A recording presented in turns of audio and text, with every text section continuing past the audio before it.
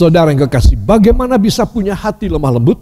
Saudara, ya dengan cara mendengar suara roh. Suara roh itu apa? Suara roh ya suara ini. Suara firman ini. Satu, ya saudara, yang tercetak. Logos, ini suara roh ini. Saudara, ada suara roh yang kedua, yaitu rema, yang tidak tercetak, tetapi yang berbicara di dalam hati kita. Sehingga kita bisa mendengar suara dia. Kita heran dan aneh. Aku tiba-tiba mendengar suara dari Tuhan. Suara dari Roh Kudus. Ini rema yang memberikan ajaran secara pribadi kepada tiap-tiap orang. Tidak secara umum global begini, tetapi kepada tiap-tiap orang. Dia memberikan remanya supaya orang-orang bisa mendengar suaranya secara pribadi. Instruksinya secara pribadi. Mau demikian? Kalau kita belum pernah merasakannya, kita harus merasakannya. Ingat, kita tidak tahu kapan kita meninggalkan dunia. Masa sebelum mati kita tidak mendengarkan suara rema dari Tuhan yang menginstruksikan kita, memberitahukan kepada kita, mengajari kita, melarang kita, memberikan pada kita peringatan, menghibur kita, memberi kekuatan kepada kita. Saudara, kita harus saben hari mengalami dan mendengar dan merasakan bahwa dia turun kepada kita dan dia mau menjamah kita melalui rema firman-Nya secara pribadi dalam hati dan jiwa kita. Saudara, kalau kita bisa demikian, maka hari demi hari Tuhan mengubah hati kita lemah lembut. Karena apa? Karena kita mendengar suara Roh Kudus. Amin. Gak usah tanya sama orang lain, saudara. Dia akan mendapat sendiri dari Tuhan. Tapi saudara sendiri mendapat pelajaran dari Tuhan. Dan itu istimewa sekali ya. Saudara melihat ilustrasi dari gambar slide ini. Ini dari Ibu Gembala, saudara. Yaitu dari firman keluar api itu.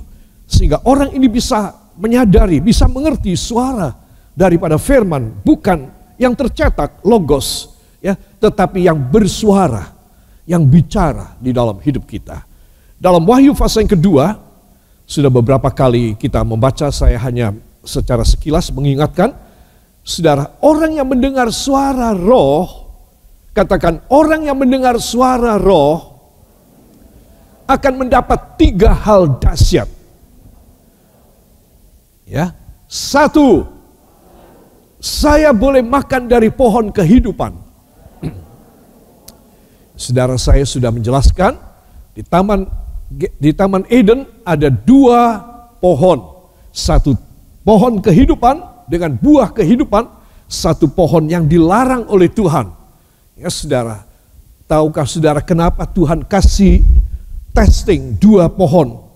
Ya ini supaya Tuhan melihat kesungguhan hati Adam dan Eva kepadanya, ketuhuan, ketulusan mereka. Totalitas mereka kepada Tuhan Allah yang menciptakan mereka. Saudara, Tuhan berkata, kalian tidak boleh makan buah dari pohon pengetahuan baik dan jahat. Karena pada waktu kalian makan, kalian M-A-T-I apa? Mati. Ya, saudara. Artinya apa? Tuhan menggiring mereka. Kenapa ini tidak dibasmi aja? Kenapa anda usah tumbuh Tuhan? Jangan kasih ini pohon. Ini menjadi sesuatu godaan. Saudara, ingat baik-baik. Kalau Tuhan itu mau memberkati kita, Tuhan ngetes. Saudara. Dan bukan ini pengalaman saya saja, tapi ini Alkitabiah. Maka itu di dalam Taman Firdaus pun, Tuhan memberikan testing. Ada pohon yang menghasilkan buah kehidupan yang mereka boleh dan wajib makan. Saudara. Itu jauh lebih enak, lebih lesat, lebih segar, dan menghidupkan mereka. Maka itu Tuhan memberikan satu ujian buat mereka. Tuhan mau mengetes hati Adam dan Eva. Dan ternyata mereka gagal. Saudara, tidakkah seringkali kita di depan mata kita sudah dapat, kita mau raih sesuatu keberhasilan, sesuatu berkat, lepas begitu saja. Kita gelo sekali, sampai kita nggak bisa bicara dalam doa. Saudara, saya kasih tahu. Apa sebabnya? Sebab Tuhan melihat hati saya, gak cocok terima itu, gak cocok. Itu sebab dia seolah-olah mengatakan, anakku, kamu belum waktunya untuk terima. Ya, biar ini berkat lewat saja. Aku tetap menghidupi kamu. Saudara, sampai kapan Tuhan berhenti dan memberi sesuatu yang besar? Sampai terbukti bahwa kita tidak kepengen. Ini tawaran, ini larangan, yaitu buah dari pohon pengetahuan baik dan jahat.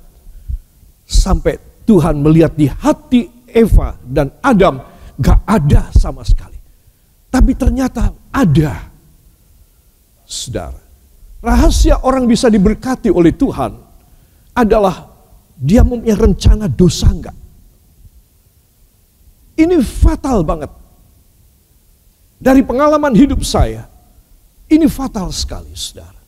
Jadi kalau saya dan saudara tidak bisa lulus di dalam testing Tuhan, kita masih menyimpan keinginan, rencana, desain, cita-cita dosa. Tuhan tidak akan kasih kepada saya, kepada saudara. Tidak akan kasih. Saudara, kenapa? Karena Tuhan melihat orang yang sempurna pada masa penciptaannya di hari yang ke-6, yaitu Adam, itu sempurna. Itu bisa jatuh. Saudara, ya, jatuh dalam dosa. Ngikutin Eva yang pertama kali jatuh dalam dosa. Itu sebab apalagi saya dan Anda. Kita ini kalibernya jauh lebih rendah daripada Adam dan Eva. Saudara, jadi bagi Tuhan, bagi safety kita, bagi keselamatan kita, Tuhan lebih baik ngetes dulu. Tuhan mau lihat apakah kamu betul-betul betul-betul kamu sungguh-sungguh sama aku apa tidak. Apakah masih terbersit dalam pikiranmu, dalam rencanamu, sesuatu yang berdosa. Saudara, lihat, Wahyu 2 ayat yang ke-7, kalau kamu bisa mendengar suara roh, hai kalian yang mempunyai telinga, dengarkan suara roh. Saudara, every one of you that have already a couple of ears, sepasang telinga, please hear my voice and listen carefully. Semua orang punya telinga. Karena dari telinga inilah masuk instruksi dari Tuhan. Apa telinga ini? Bukan ini. Walaupun seseorang, maafkan saya, cacat dan dia tunarungu tidak bisa mendengar, tapi dia punya telinga rohani. Siapa tahu dia punya telinga lebih peka dari telinga kita yang masih komplit dan masih berfungsi ini. Saudara yang kekasih, Tuhan ingin supaya saya dan saudara memiliki pendengaran yang sungguh-sungguh kepada Tuhan. Dari cara kita mendengar dia, dari cara kita menangkap dia punya firman, dia sudah tahu kamu cocok terima. Saudara, tapi kalau dia melihat bahwa saya tidak ada keseriusan, demi menyayangi nyawa saya, dia lewatkan berkat dan jawaban dari hidup saya. Dia lewatkan. Karena hal yang lebih buruk bakal terjadi pada saya kalau saya menerima dari dia. Saudara, dia Bapak yang hebat, dia Bapak yang baik, yang sangat ngerti saudara dan saya.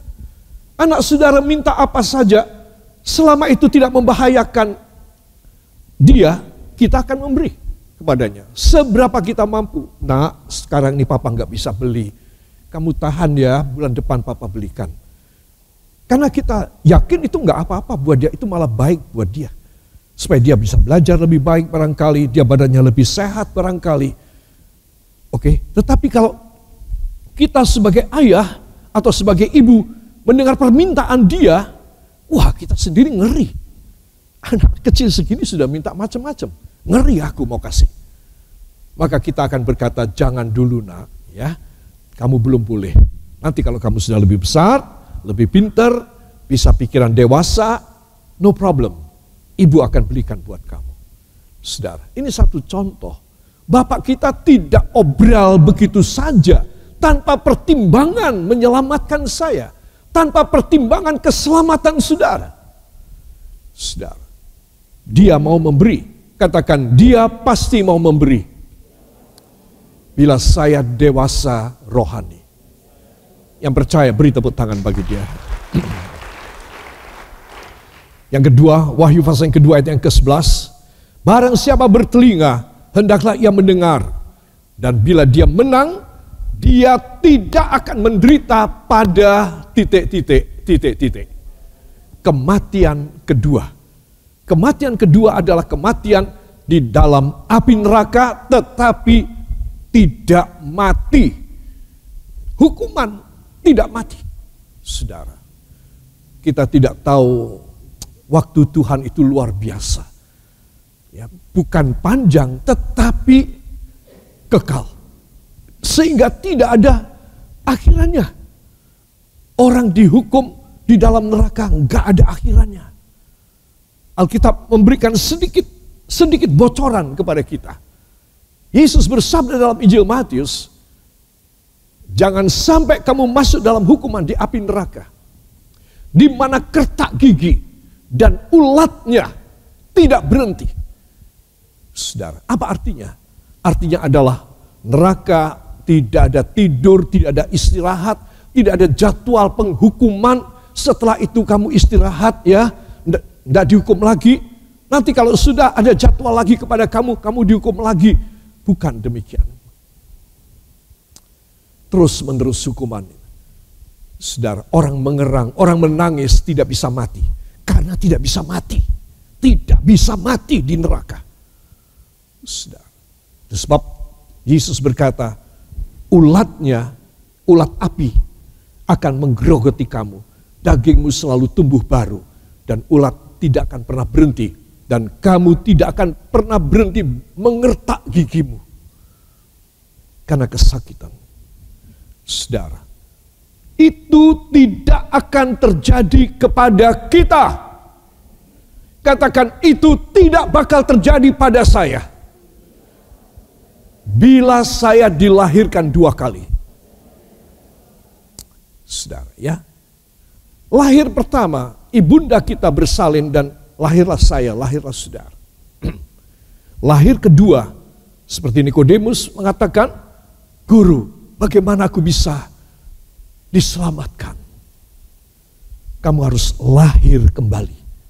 Guru, aku sudah setua begini. Apakah aku harus masuk ke kandungan ibuku lagi?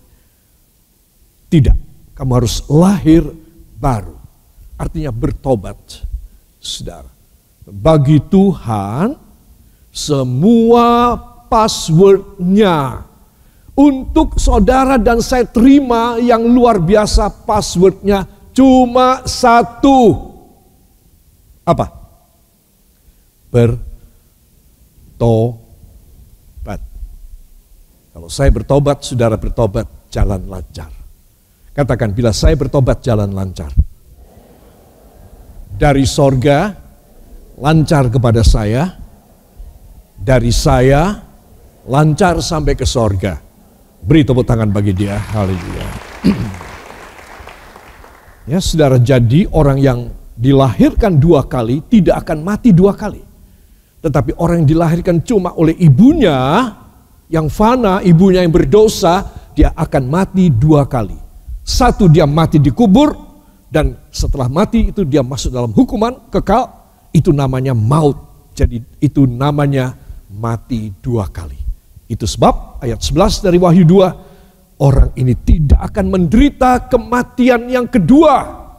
Artinya katakan, saya bebas dari hukuman neraka demi nama Yesus. Amin.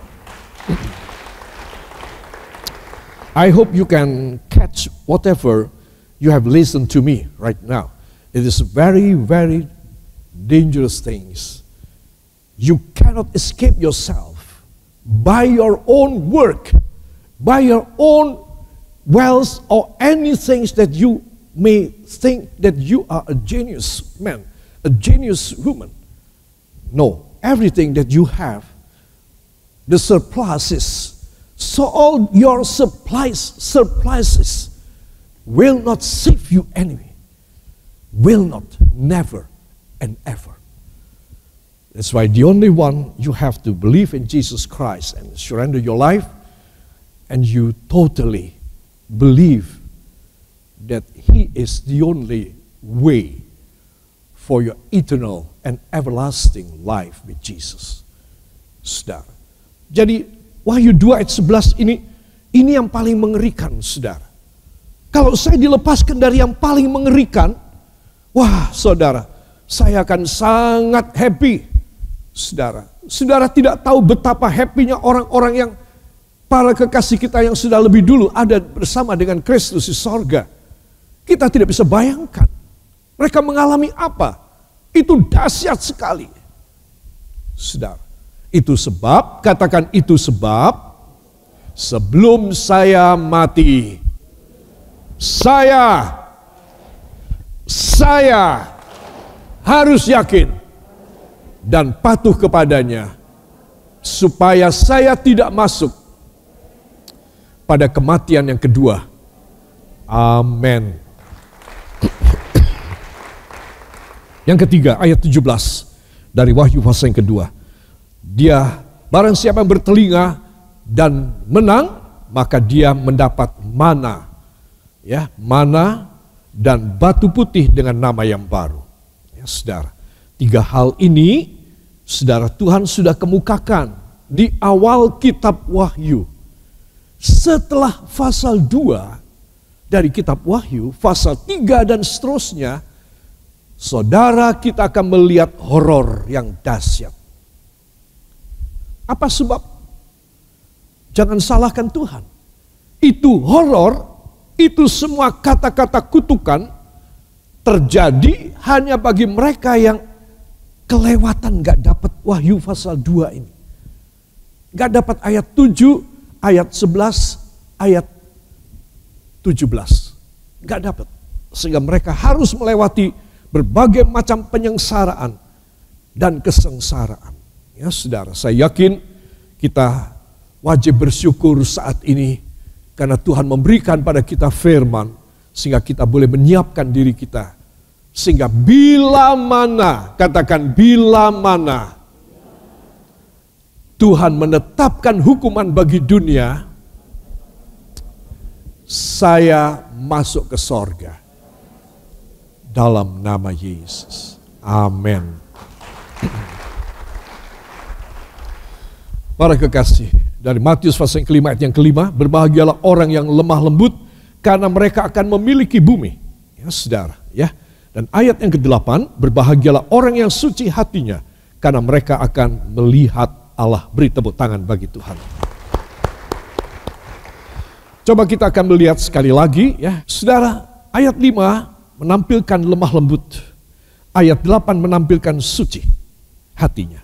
Ya saudara, maka lemah lembut dan suci ini dahsyat sekali. Seorang manusia fana di dunia bisa berusaha keras, ya, bisa memiliki satu achievement yang dahsyat. Ini pol-polannya, lemah lembut dan suci. Lemah lembut dan suci adalah the most expensive and the most ultimate achievement a sinner from this world can achieve and receive from God. Seorang berdosa di dunia ini, paling polnya dia bisa menerima dari Tuhan adalah Matius 5 ayat yang kelima dan Matius 5 ayat yang ke-8. Dia mempunyai hati yang lemah lembut, dia mempunyai hati yang suci. Ini adalah topnya seorang hidup di dunia. Ya, jadi kalau saya dan saudara bisa masuk ke sana, maka benar-benar kita akan satu memiliki bumi. Katakan, saya pasti memiliki bumi. Saya pasti melihat Allah. Wow, ya, ini dua dimensi.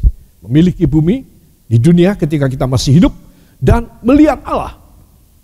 Saudara, bukan memiliki bumi, tetapi kita melihat dosa, kita melihat setan, kita melihat teman-teman kita melihat kesenangan dunia. Tidak, kita melihat Allah. Saudara, jadi ada berkat yang dahsyat yang bisa membuat saya dan Anda bisa dekat dekat dengan Tuhan. Saudara, jangan sampai 1 rupiah yang saudara terima dari Tuhan membuat saudara jauh dari Tuhan, sehingga engkau tidak bisa melihat Allah. Saudara, itu sebab penting sekali seorang dia lemah lembut dan suci. Katakan, itu luar biasa. Angkat tangan saudara. Tolonglah hamba ya Allah Roh Kudus, dalam segala kefanaan, dosa, kelemahan, kemustahilan, bantulah hamba, supaya hamba boleh lemah lembut, hati yang berkenan, dan supaya hamba boleh suci, berkenan kepada Tuhan, dan boleh memiliki bumi, dan boleh melihat Allah. Dalam nama Yesus, angkat 2 tangan, ucapkan terima kasih kepadanya. Terima kasih Bapa. Semua katakan terima kasih Bapa. Terima kasih Yesus. Terima kasih Roh Kudus. Beri kemuliaan yang baik bagi dia. Saudara, ini adalah khotbah Yesus yang awal. Ya, heran. Khotbah pertama, Yesus sudah menekankan tentang dia punya keinginan, dia punya ajaran kepada orang-orang itu. Ya, saudara, dosa zaman dulu itu dibanding dengan dosa zaman sekarang beda sekali. Dosa zaman dulu itu sedikit, itu sudah menyakiti hati Tuhan. Itu sebab pada perjanjian lama, ya, selalu saya perjanjian lama sebelah sini ya tangannya ya. Itu sebab pada perjanjian lama, saudara, orang yang berdosa tidak cepat-cepat lari ke mesbah korban bakar di halaman kemah sembayang, kemah perhimpunan. Itu di halaman luarnya itu ada satu mesbah yang besar, dimensinya kira-kira yang dibangun oleh Salomo ya, kira-kira dari sini sampai di sini kira-kira besar, sehingga satu mesbah ini bisa membakar kira-kira 4-5 ekor lembu sekaligus, atau 10 kambing, 10 domba. Ya saudara, kalau dia tidak cepat-cepat datang memberikan korban, dia bisa mati di jalan. Kalau dia mati ya sudah, dia akan masuk dalam neraka. Zaman kita bagaimana? Orang berbuat dosa seenaknya dan tidak takut mati, tidak takut dihukum Tuhan. Saudara, itu sebab kita harus mempunyai satu pengertian yang ilahi. Katakan pengertian yang ilahi, yang berbeda dengan orang duniawi. Yang mau beri tepuk tangan bagi dia. Saudara, dalam 1 Raja-Raja pasal yang ke-8 ayat yang ke-59, saya undang kita bangkit berdiri sejenak, kita akan membacanya. 1, 2, hendaklah perkataan yang telah kumohonkan tadi di hadapan Tuhan dekat pada Tuhan Allah kita siang dan malam, supaya ia memberikan keadilan kepada hambanya dan kepada umatnya Israel menurut yang perlu pada setiap hari. Amin. Ulangi, menurut yang perlu pada setiap hari. Sekali lagi, menurut yang perlu pada setiap hari. Amin. Terima kasih, silakan duduk kembali. Saudara, apa maksud ayat ini? Kalimat ini apa? Ini dahsyat nih saudara ya.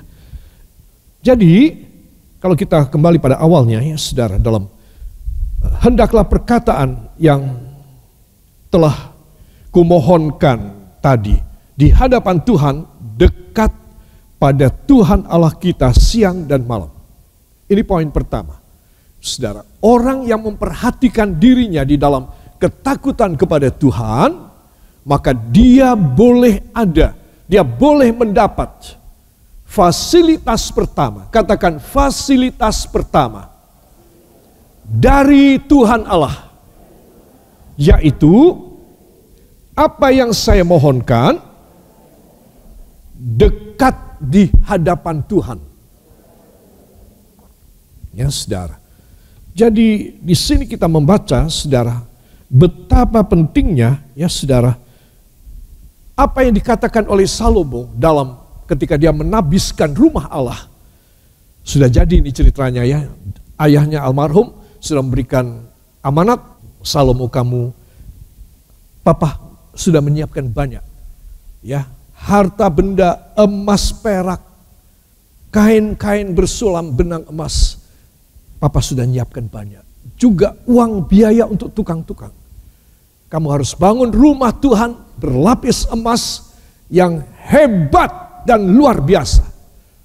Tetapi kalau apa yang papa siapkan itu kurang, kamu harus cari sendiri.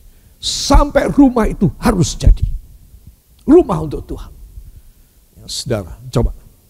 Hebat ya, ada ayah memberikan sesuatu perintah kepada anaknya untuk si anak membangun gereja bagi Tuhan.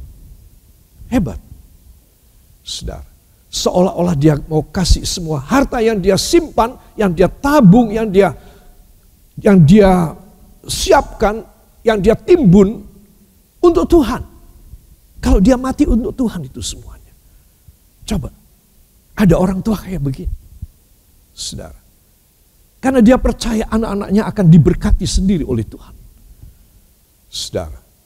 Zaman sekarang orang-orang tua selalu apa pikirannya? Wah, membangun satu monumen supaya kalau dia mati, ya dia selalu terkenang. Ya, saudara. Tetapi Daud tidak demikian. Ya, oleh kekasih, dan dalam 1 Raja-Raja 8 ayat 59 ini, setelah jadi, katakan setelah jadi. Ya, setelah jadi dia menaikkan doa kepada Allah Yehova di sorga. Dan doanya dahsyat sekali. Ya saudara, tadi kita sudah baca poin yang pertama, yaitu supaya perkataan dia dekat kepada Allah siang dan malam. Artinya apa?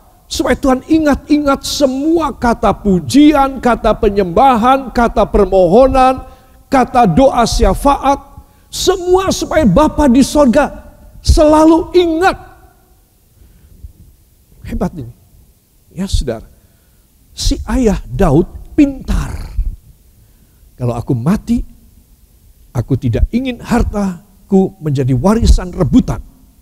Aku tidak ingin apa yang aku timbun emas yang sebegitu banyak menjadi sumber tumpah darah, pertumpahan darah bagi keturunanku. Ini ayah jenius. Itu sebab dia berkata, Salomo, kamu harus bangun rumah Tuhan. Save. Dia punya harta tidak menjadi perebutan anak-anaknya. Saudara, kerajaan ini bisa pecah hanya karena memperebutkan harta dari ayahnya almarhum. Saudara, tetapi dengan dia memberikan kepada Tuhan, dia mendapatkan pahala luar biasa. Menurut saudara, jenius apa tidak? Ini orang jenius. Jadi saya berharap kita hidup cuma satu kali, kita bisa mempersembahkan yang terbaik buat Tuhan. Maka katakan, maka hidup saya mulia. Mati saya diterima Bapa di sorga. Harta tersimpan di sorga. Dalam nama Yesus. Amin.